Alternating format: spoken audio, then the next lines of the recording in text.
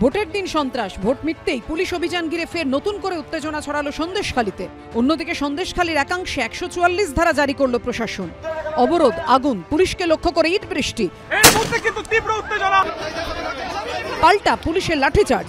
শনিবার শেষ দফার ভোটে এভাবেই বারে বারে অগ্নিগর্ভ হয়ে ওঠে বসিরহাট লোকসভা কেন্দ্রের অন্তর্গত সন্দেশখালীর একাধিক এলাকা।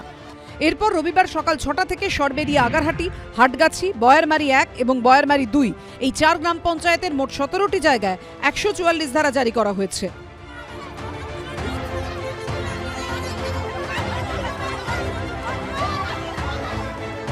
হামলার ঘটনায় ইতিমধ্যেই পুলিশ 5 জনকে গ্রেপ্তার করেছে এবং এলাকার বাসিন্দাদের অভিযোগ পুলিশ অত্যাচার চালিয়েছে।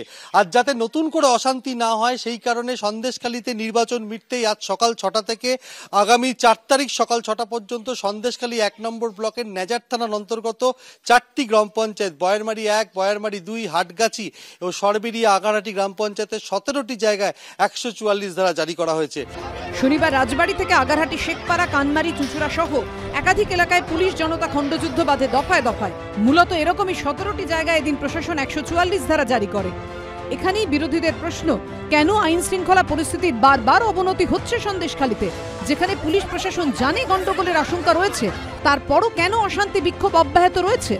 বারবার কেন একই এলাকায় 144 ধারা জারি করার মতো পরিস্থিতি তৈরি হচ্ছে? এটা তো আমাদের রাজ্যের ব্যর্থতা। এটা রাজ্যের ব্যর্থতা যে আজকে ভোটের আগেও 144 ধারা গুলিগোলা বোম, ভোটের পরেও 144 ধারা গুলিগোলা বোম। কোথায় আছি আমরা? সন্দেশখালীতে জলত্ব দাও।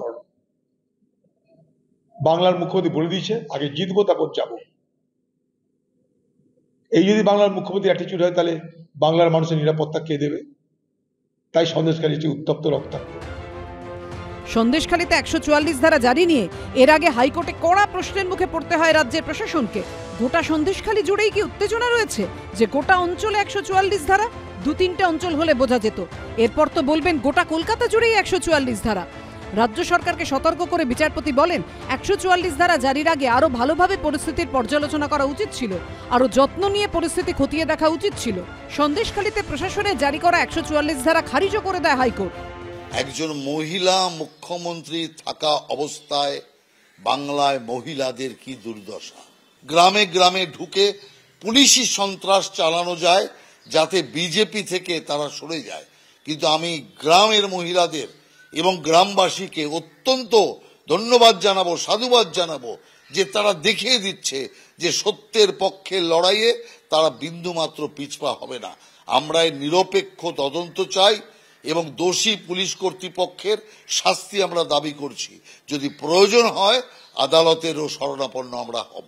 সন্দেশখালীতে বিজেপির মুখোশ খুলে গেছে। মা বোনেদের ইজ্জত 2000 টাকায় বিক্রি করে ভোট বৈতরণী পার করার চেষ্টা যেটা করেছিল সেটা প্রকাশ্যে এসে গেছে তাদেরই মণ্ডল সভাপতির কথার মধ্যে দিয়ে।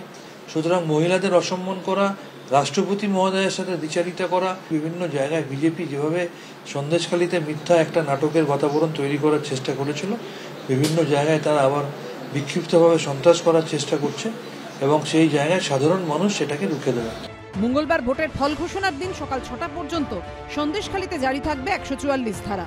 সমীরণ পাল, দীপক ঘোষ ও অনির্বাণ বিশ্বাসের রিপোর্ট, এবিপি আনন্দ।